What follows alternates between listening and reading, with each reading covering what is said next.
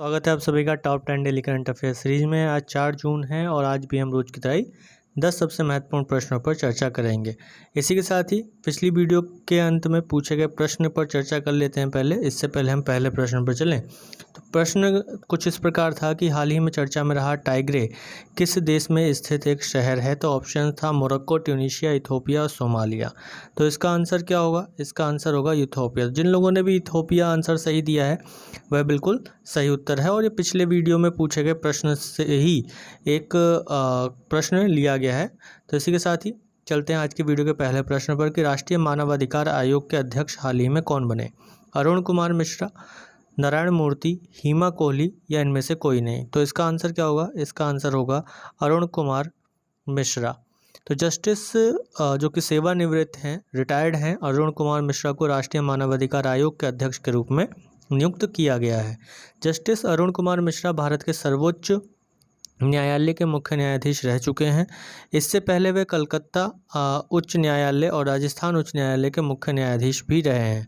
इसके अलावा उन्होंने मध्य प्रदेश उच्च न्यायालय में भी न्यायाधीश के रूप में कार्य किया है। इसके अतिरिक्त अगर देखा जाए तो राष्ट्रीय मानवाधिकार आयोग क्या है? तो राष्ट्रीय मानवाधिकार आयोग एक सांविधिक निकाय है। इसका गठन 12 अक्टूबर 1993 को संसद द्वारा पारित अधिनियम के अंतर्गत किया गया था। यह भारत में लोगों के मानवाधिकारों की रक्षा एवं संवर्धन के लिए काम करता है। इसका मुख्यालय नई दिल्ली में है। इसका आदर्श वाक्य सर्वे भवन्तु सुखिनः रखा गया है। यह एक बहुउद्देशीय संस्था है जिसमें एक अध्यक्ष व 4 सदस्य होते हैं। आयोग का अध्यक्ष भारत का कोई सेवानिवृत्त मुख्य न्यायाधीश होना चाहिए। एक सदस्य उच्चतम न्यायालय में कार्यरत न्यायाधीश हो या सेवानिवृत्त न्यायाधीश हो। एक सदस्य उच्च न्यायालय का कार्यरत या सेवानिवृत्त मुख्य न्यायाधीश होना चाहिए तथा 2 अन्य व्यक्तियों को मानवाधिकार से संबंधित जानकारी तथा कार्य का अनुभव होना चाहिए। इसके साथ ही अगर देखें तो इन पूर्णकालीन सदस्यों के अलावा आयोग में 4 अन्य पदेन सदस्य भी होते हैं। इसमें राष्ट्रीय अल्पसंख्यक आयोग, राष्ट्रीय अनुसूचित जाति एवं जनजाति आयोग व राष्ट्रीय महिला आयोग के अध्यक्ष शामिल होते हैं। तो आयोग के अध्यक्ष एवं सदस्यों की नियुक्ति राष्ट्रपति द्वारा प्रधानमंत्री के नेतृत्व में गठित 6 सदस्यीय समिति की सिफारिश पर की जाती है।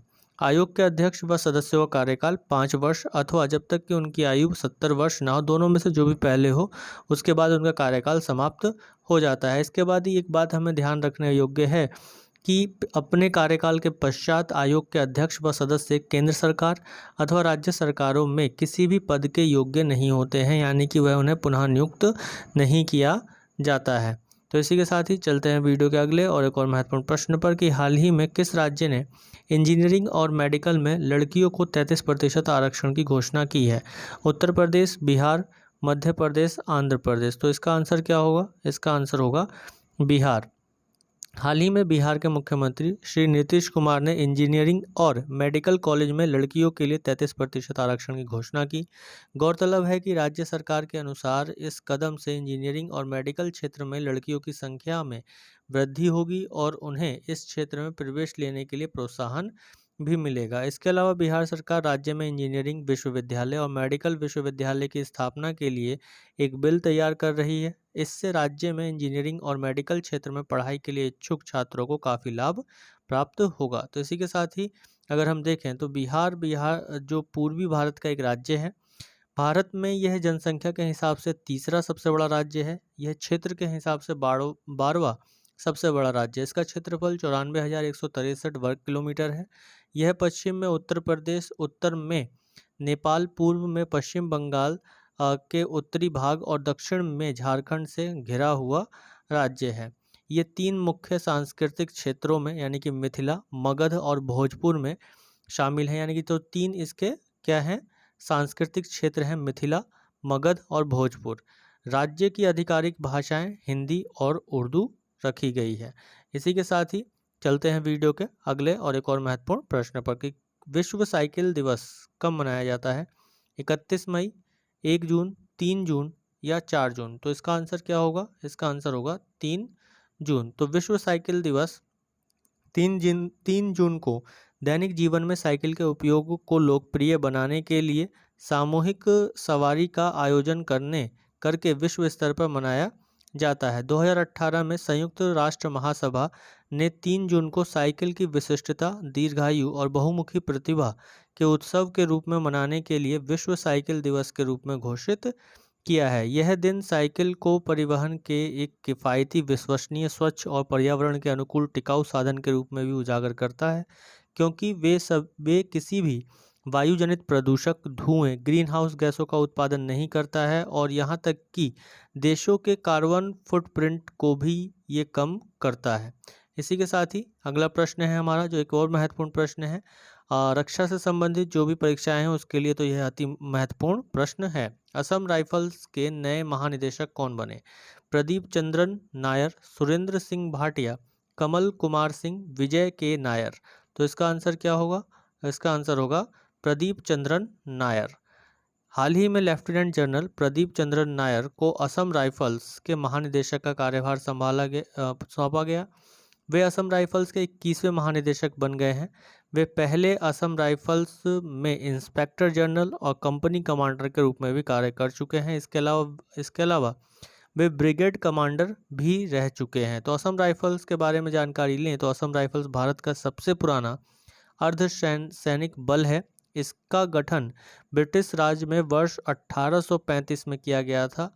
पहले इसका नाम साचर लेवी हुआ करता था और 1917 में असम राइफल्स नाम इसका रखा गया। इसका आदर्श वाक्य उत्तर पूर्व के प्रहरी है और यह केंद्रीय गृह मंत्रालय के अधीन काम करता है, जबकि इसकी पेरेंट एजेंसी भारतीय सेना है। तो असम राइफल का मुख्यालय शिलांग में है, जो कि मेघालय की राजधानी है।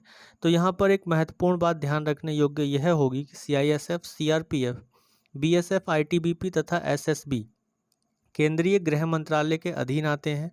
इससे पहले इन बलों को अर्धसैनिक बल कहा जाता था, परंतु मार्च 2011 के बाद इन बलों को केंद्रीय सशस्त्र पुलिस बल के रूप में वर्गीकृत किया गया। भारत में अर्धसैनिक बल को किसी कानून के द्वारा आधिकारिक रूप से परिभाषित नहीं किया गया है। अर्धसैनिक बल का उपयोग असम राइफल्स के अधीन या असम राइफल्स तथा स्पेशल फ्रंटियर फोर्स के लिए किया जाता है और इसका प्रशासनिक नियंत्रण केंद्रीय गृह मंत्रालय के अधीन है, जबकि इसका संचालन नियंत्रण केंद्रीय थल सेना के पास है। तो इसी के साथ ही चलते हैं वीडियो के अगले और एक और महत्वपूर्ण प्रश्न पर कि विश्व के किस देश में H1N3 वर्ल्ड फ्लू का मानव में पहला मामला दर्ज किया गया? चीन, इंडोनेशिया, ब्राज़ील या जापान? तो इसका आंसर क्या होगा? इसका आंसर होगा चीन। अभी हाल ही में चीन के पूर्वी प्रांत जियांगसू में H1N3 वर्ल्ड फ्लू का पहला मानव मामला दर्ज किया गया है। एक 41 वर्षीय व्यक्ति वर्ल्ड फ्लू के H1N3 स्ट्रेन के संक्रमण का पहला मानव मामला बन गया है। उन्हें 28 मई को H1N3 एवियन इन्फ्लुएंजा वायरस का पता चला था। यह अभी भी पुष्टि नहीं हुई है कि यह वायरस कैसे पहुंचा उनके अंदर, या कहा जा सकता है उस व्यक्ति के अंदर कैसे पहुंचा, या वह वायरस से संक्रमित कैसे हुए। H1N3 वर्ल्ड फ्लू क्या है? तो यह पोल्ट्री में कम रोगजनक या कम गंभीर वायरस है। इसके बड़े पैमाने पर संचरण का जोखिम भी बहुत कम होता है। लगभग 40 वर्षों में पूरे एशिया और उत्तरी अमेरिका में जंगली पक्षियों या जल पक्षी में इस वायरस के केवल 160 आइसोलेटेड होने की सूचना मिली है। मुर्गियों में इसका पता नहीं चला है। इसके साथ ही अगर देखें तो H1N3 पोल्ट्री में कम रोगजनक या कम गंभीर वायरस है। इसके बड़े पैमाने पर संचरण का जोखिम भी बहुत कम बना हुआ है।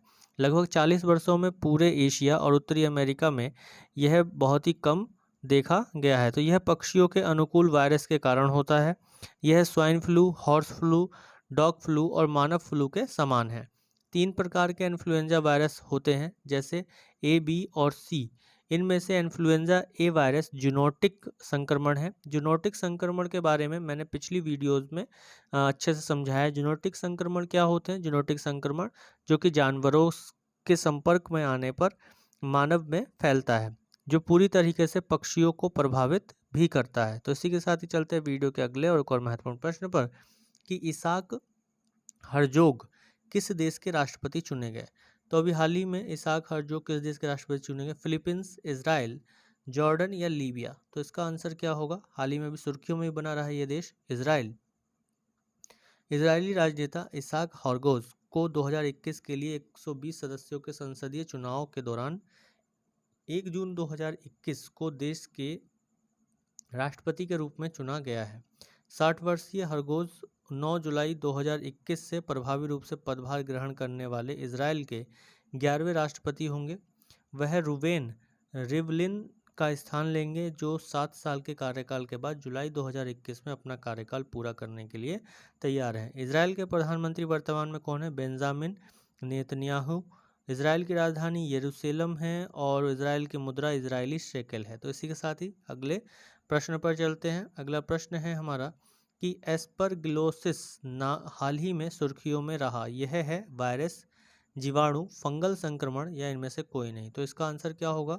इसका आंसर होगा फंगल संक्रमण। तो कोविड-19 महामारी के खिलाफ देश की लड़ाई और म्यूकोरमाइकोसिस के बढ़ते मामलों के बीच, म्यूकोरमाइकोसिस क्या है? ब्लैक फंगस है और इसके बारे में भी पिछली वीडियोज़ में मैंने डिटेल में बात की है। तो इसके बीच हम देखते हैं कि गाजियाबाद, मुंबई और गुजरात के डॉक्टरों ने एस्परगिलोसिस नामक नई बीमारी के मामले भी दर्ज किए हैं। एस्परगिलोसिस एक फंगल संक्रमण है। फंगल विकास या एस्परगिलस फंगस के कारण होने वाला ये एलर्जिक रिएक्शन है। यह फंगस घर के अंदर और बाहर भी पाया जाता है। यह सड़ती हुई वनस्पति या मृत पत्तियों पर रहता है। इसके अलावा देखें तो यह फंगल इन्फेक्शन ब्लैक फंगस जितना घातक तो नहीं है, लेकिन यह जानलेवा हो सकता है। इसी के साथ ही अगला प्रश्न है हमारा कि अंतर्राष्ट्रीय खगोलीय संघ ने चंद्रमा की विशेषताओं के लिए किस भाषा में 8 नामों को मंजूरी दी है? रूसी, जापानी, चीनी या हिंदी? तो इसका आंसर क्या होगा? इसका आंसर होगा चीनी। अभी हाल ही में इंटरनेशनल एस्ट्रोनॉमिकल यूनियन यानी कि अंतर्राष्ट्रीय खगोलीय संघ ने चंद्रमा पर क्षेत्र के आसपास की स्थलाकृतियों के लिए 8 चीनी नामों को मंजूरी दी है। पिछले साल चीन का अंतरिक्ष यान चांग A5 या चांग E5 चंद्र सतह के नमूने एकत्र करने और पृथ्वी पर लौटने के लिए उन स्थानों के पास उतरा था और उनका नाम चीनी भाषा में रखा गया है। तो अगला प्रश्न लेते हैं। लिटिल ब्लड टेल, जिसे मानसून का अग्रदूत माना जाता है, किस प्रकार की प्रजाति से संबंधित है? ड्रैगन फ्लाई, बार्किंग डियर, उड़ने वाली गिलहरी या इनमें से कोई नहीं? तो इसका आंसर क्या होगा? Dragon fly. तो लिटिल ब्लड टेल एक छोटी ड्रैगन फ्लाई है जिसकी केरल राज्य में व्यापक उपस्थिति है। ड्रैगन फ्लाई की इस प्रजाति को जून की शुरुआत में सितंबर तक देखा जा सकता है। चूँकि इस लिटिल ब्लड टेल का जीवन चक्र मानसून के साथ बहुत निकटता से जुड़ा हुआ है, इसीलिए उन्हें मानसून का अग्रदूत माना जाता है। तो इस चित्र में आप देख सकते हैं ये है little blood tail dragonfly. तो इसी के साथ ही चलते हैं वीडियो के अगले और एक और महत्वपूर्ण प्रश्न पर कि हाल ही में किस राज्य ने अपने ग्रामीण परिवारों के लिए सौर आधारित विद्युतीकरण कार्यक्रम शुरू किया? गोवा, कर्नाटक, बिहार या उत्तर प्रदेश? तो इसका आंसर क्या होगा? इसका आंसर होगा गोवा।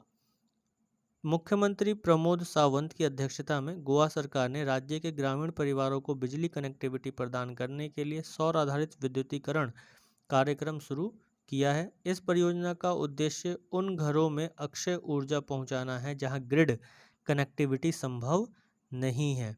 इस संबंध में गोवा एनर्जी डेवलपमेंट एजेंसी ने कन्वर्जेंस एनर्जी सर्विसेज लिमिटेड के साथ एक समझौता किया है। तो इसी के साथ ये थे हमारे आज के 10 सबसे महत्वपूर्ण प्रश्न और ये वीडियो के अंत में पूछा जाने वाला प्रश्न है जिसका उत्तर आप सभी लोग कमेंट बॉक्स में जरूर दीजिएगा, ये मैं आशा कर सकता हूँ। वन स्टॉप सेंटर किस केंद्रीय मंत्रालय की एक प्रमुख योजना है? तो ऑप्शन से महिला एवं बाल विकास मंत्रालय, वित्त मंत्रालय, स्वास्थ्य मंत्रालय या रक्षा मंत्रालय? तो इस प्रश्न का उत्तर आप सभी लोग कमेंट बॉक्स में जरूर दीजिएगा। जिन्होंने पिछली करंट अफेयर्स की वीडियोज़ देखी हैं तो वो इसका उत्तर देने में सक्षम हो पाएंगे। तो वीडियो के अंत तक बने रहने के लिए आप सभी का बहुत बहुत धन्यवाद। आप लोगों को ये वीडियो अच्छी लगी हो तो लाइक, शेयर और सब्सक्राइब करना ना भूलें। जय हिंद।